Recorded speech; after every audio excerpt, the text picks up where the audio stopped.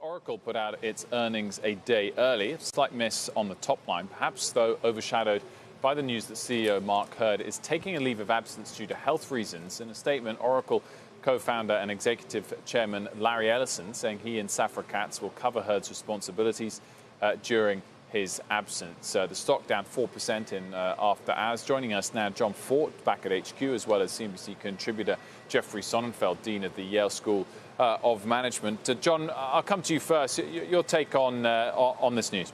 Well, of course, we all wish Mark Hurd well. It's the odd situation where you have two CEOs now of Oracle, Mark Hurd and Safra Catz. Mark Hurd tending to focus more on the sales and customer-facing end of things.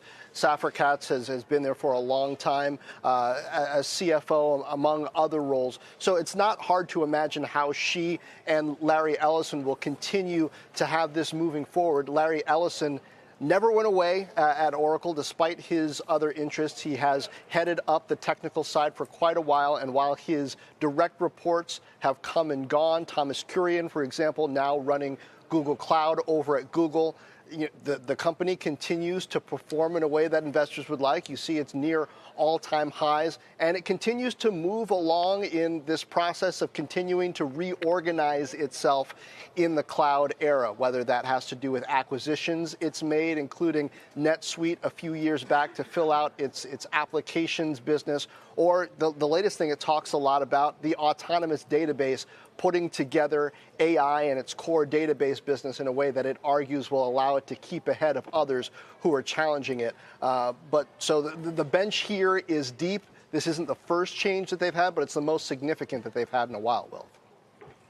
Jeff, John brings up a good point that the bench here is deep, certainly names that we all know very well. Still, the stock falling about 4% in reaction. I don't think that that's on that early earnings release because the earnings were in line, though the revenues were a little light. Does this sort of suggest to you it's just uncertainty? It makes investors a little unnerved to hear this news that they didn't expect from a CEO or from a management team in general? Yes, I think you've got that exactly right, Courtney. In fact, I think John has it nailed it.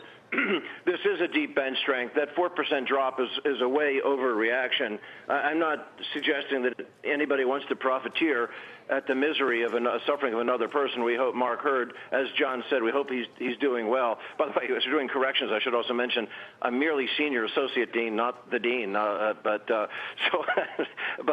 do want to emphasize that I've known Mark Hurd for quite some time. As he left NCR, following up on the fiasco of Carly Fiorina's run back at Hewlett-Packard, he came in leaving NCR to be a great cleanup guy there in 2005, and he did a remarkable job of bringing stability in there and trying to make sense out of the ridiculously pathological Compaq merger. He stabilized things. He built things dramatically. They were soaring in desktop in desktop sales again, which was they'd almost fallen precipitously there, and in printers. They did well with him at HP.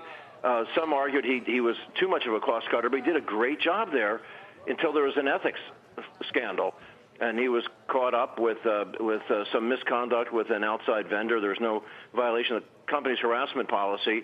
But in the middle, just before all that happened, we had the problem with pretexting. If you remember that situation, Mark, his first year on the job, he had to deal with the fact that he was running board meetings, and in the middle of the meeting, he'd find out that acquisitions they were talking about buying were already discussed in the trades midway through the afternoon, and somebody was obviously leaking in that room, and they eventually discovered who it was. Mm-hmm.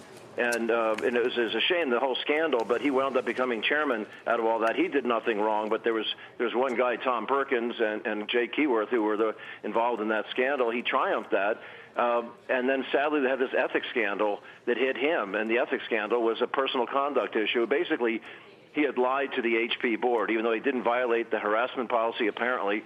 It was his expense reports which were an issue, and he wasn't transparent to the board, so he got canned. Larry Ellison loves to argue, of course, the legendary founder of of Oracle, that was the dumbest firing outside of Apple firing Steve Jobs. Frankly, both moves were right, and both of them deserved a second chance to prove themselves. And Mark Hurd has been hugely successful. But it's the weirdest thing, Courtney, is what he and Safra Katz have.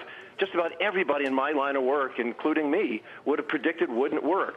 To have this reigning monarch stay on the job, Larry Ellison, and to have Safra Katz and he both elevated to the job of CEO, not co-CEO. There's no corporate document that even says they're co-CEO. They're both CEO. And somehow they've made it work, which is why nobody should panic here.